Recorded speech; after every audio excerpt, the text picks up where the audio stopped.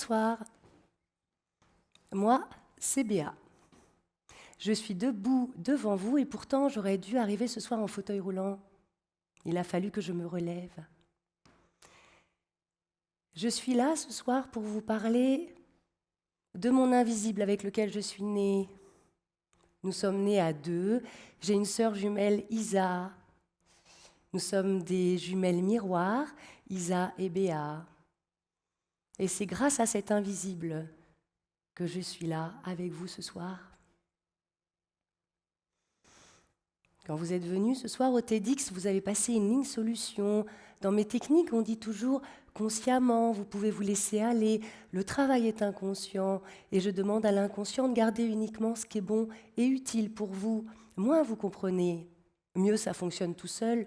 Rien d'autre à faire que de laisser faire. Mes techniques utilisent des ressources inconscientes, celles qui sont invisibles. Et c'est grâce à cela, oui, grâce à cela que je suis là, debout, vivante, et tellement heureuse de partager cela avec vous. Il y a ce qui est visible et ce qui est invisible. Et la confusion est une grande ressource dans laquelle j'ai pu puiser des solutions.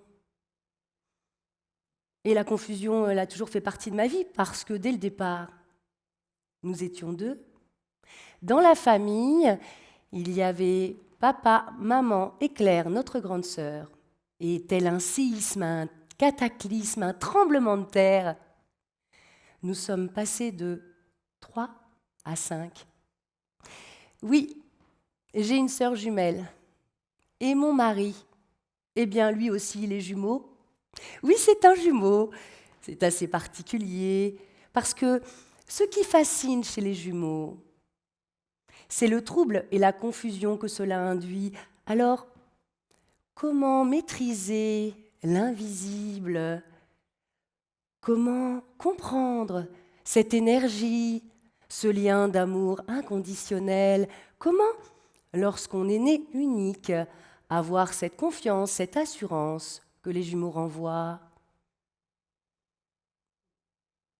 Comment toucher, palper, sentir cette force qui émane du couple gémellaire? La sécurité et la reconnaissance, c'est ce que cherche l'être humain tout au long de sa vie. Et les jumeaux incarnent cela dans l'inconscient collectif. Jamais ils ne seront seuls sur Terre. On dit que quand on vient au monde, on cherche son âme sœur. Cette théorie de l'âme sœur, on peut la retrouver dans le banquet de Platon. À l'origine, les êtres humains avaient 4 bras, 4 jambes et une seule tête à 2 visages. Et Zeus, qui aurait craint leur pouvoir, les aurait coupés en 2, aurait secoué la terre et les aurait condamnés à chercher tout le long de leur existence la part manquante. Mais quand on est né à 2, son âme sœur est déjà là. Tout est plus simple. Rien ne nous bloque par rapport à l'extérieur. Oui, je suis née à 2.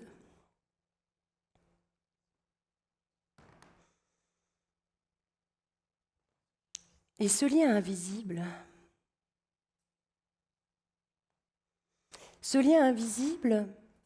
qui a toujours été une force, qui a toujours permis à ce que l'on soit ancré dans un invisible, nous a permis de vivre des choses complètement incroyables que personne ne comprenait. Il y a une de mes collègues qui est restée pendant des semaines à ne plus m'adresser la parole, à me faire la tête, j'ai rien compris. Je suis allée la voir, je lui ai dit qu'est-ce qu'il y a, qu'est-ce qui se passe? Comment ça, qu'est-ce qui se passe? Tu te moques de moi? Tu étais au restaurant, à la table à côté. Tu m'as pas dit bonjour, tu m'as blousé toute la soirée et en plus tu as embrassé un autre homme que ton mari. Tu le savais quand même que j'ai une sœur jumelle. Je dispense une formation. On me dit que je suis cas contact, je me précipite à la pharmacie. Et là, je demande à faire un test, elle me regarde, elle me dit non, vous, c'est interdit. Mais comment ça, c'est interdit? Non, vous êtes venu il y a un quart d'heure. vous étiez négative. Et là, je comprends qu'Isa était cas contact, qu'elle elle est allée dans la même pharmacie que moi, il a fallu que je sorte ma pièce d'identité pour justifier de qui j'étais.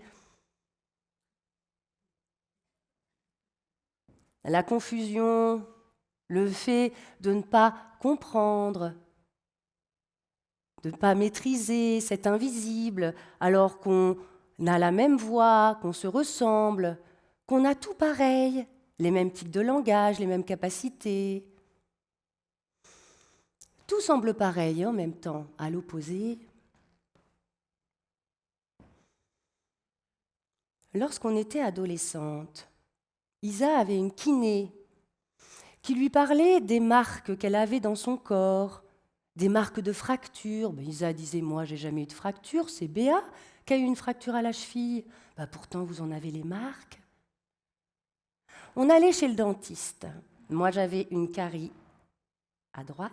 Elle avait la même dent cariée à l'opposé. Nous sommes des jumelles miroirs et à chaque fois qu'il nous est arrivé quelque chose dans la vie, l'autre en avait l'empreinte dans son corps. Et cette kiné, elle a voulu nous emmener à Paris pour nous étudier et montrer à quel point la gémilité pouvait avoir d'étrange dans ce que provoquaient les marqueurs inconscients dans le corps de l'autre. La gémilité, c'est très flou, ça attire, et en même temps ça intrigue, les gens veulent savoir, veulent comprendre, mais en fait, il n'y a rien d'autre à faire que de laisser faire. Et c'est comme une magie. Oui, comme de la télépathie, à ne pas savoir si cette sensation m'appartient ou lui appartient. Et même la douleur qui passe de l'une à l'autre. Ce monde magique, cette force est formidable, mais le jour où ça devient un handicap, ce fantasme, cette sécurité d'être peut se transformer en drame. J'ai eu un accident, je suis restée plusieurs années dans un fauteuil roulant et j'ai fait plus de 12 ans de centre antidouleur. Et ce lien invisible qui nous reliait, qui a toujours été une force incroyable, qui nous a permis de dépasser des limites, de vivre les choses vraiment au sommet, nous a transportés dans un monde de douleur, de noirceur et d'incompréhension. Il a fallu trouver des solutions, des ressources. Et quand on fait de la PNL, de la programmation neurolinguistique, quand on a été formé à l'école de Palo Alto, on sait que forcément, quelque part dans le monde, quelqu'un a vécu la même chose que nous. Alors j'ai commencé à chercher des modèles de personnes qui avaient trouvé leur solution, à visionner des TEDx, des ressources inconscientes, d'autres possibilités, afin de permettre à Isa de vivre mon handicap sans le subir, à chercher des personnes qui interagissent sur ce lien invisible, des personnes qui nous mettent un interrupteur, afin de permettre à Isa de vivre sans avoir à subir toutes mes douleurs, mes souffrances. À un moment donné, il a fallu que je lâche tout ce que je croyais, laisser la vie faire et trouver des ressources inattendues, invisibles. C'est grâce à un magnétiseur qu'on a pu interagir sur ce lien, afin qu'Isa ne soit plus victime de mes soins, car lorsque j'étais en centre antidouleur, quand j'étais à l'hôpital, en centre de rééducation, à chaque fois que quelqu'un me touchait, me manipulait, elle ressentait au plus profond d'elle-même les mêmes souffrances. C'est au-delà de nous deux. que j'ai trouvé alors, dans mon inconscient, des ressources auxquelles je n'avais pas ou peu accès, car dans le mot impossible, moi j'ai toujours entendu les 80% de possible. Ces ressources inconscientes, cet amour inconditionnel, ce lien invisible m'ont permis d'aller chercher à l'intérieur de moi-même et de décider de solutions. Je savais beaucoup plus de choses que je savais que je savais. C'est ce que disait toujours Milton Erickson. Vous savez plus de choses que vous savez que vous savez. Et moi, il a fallu que je comprenne que je pouvais avoir accès à tout cela. Je vais vous dire en quelques mots le début de l'histoire, le début d'un cauchemar, le début de l'enfer. Soudain, au réveil d'une opération, tout bascule.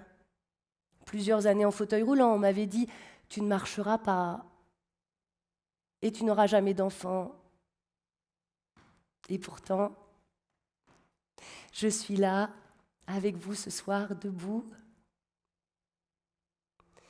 Ce qui m'a permis de dépasser mes douleurs, c'est cette capacité qu'avait Isa de ressentir tout ce que je ressentais. En effet, lorsque j'étais hospitalisée, elle pouvait m'appeler le matin en me disant « J'ai été réveillée soudainement cette nuit. » Et au même moment, moi, j'étais traversée par des coups de couteau,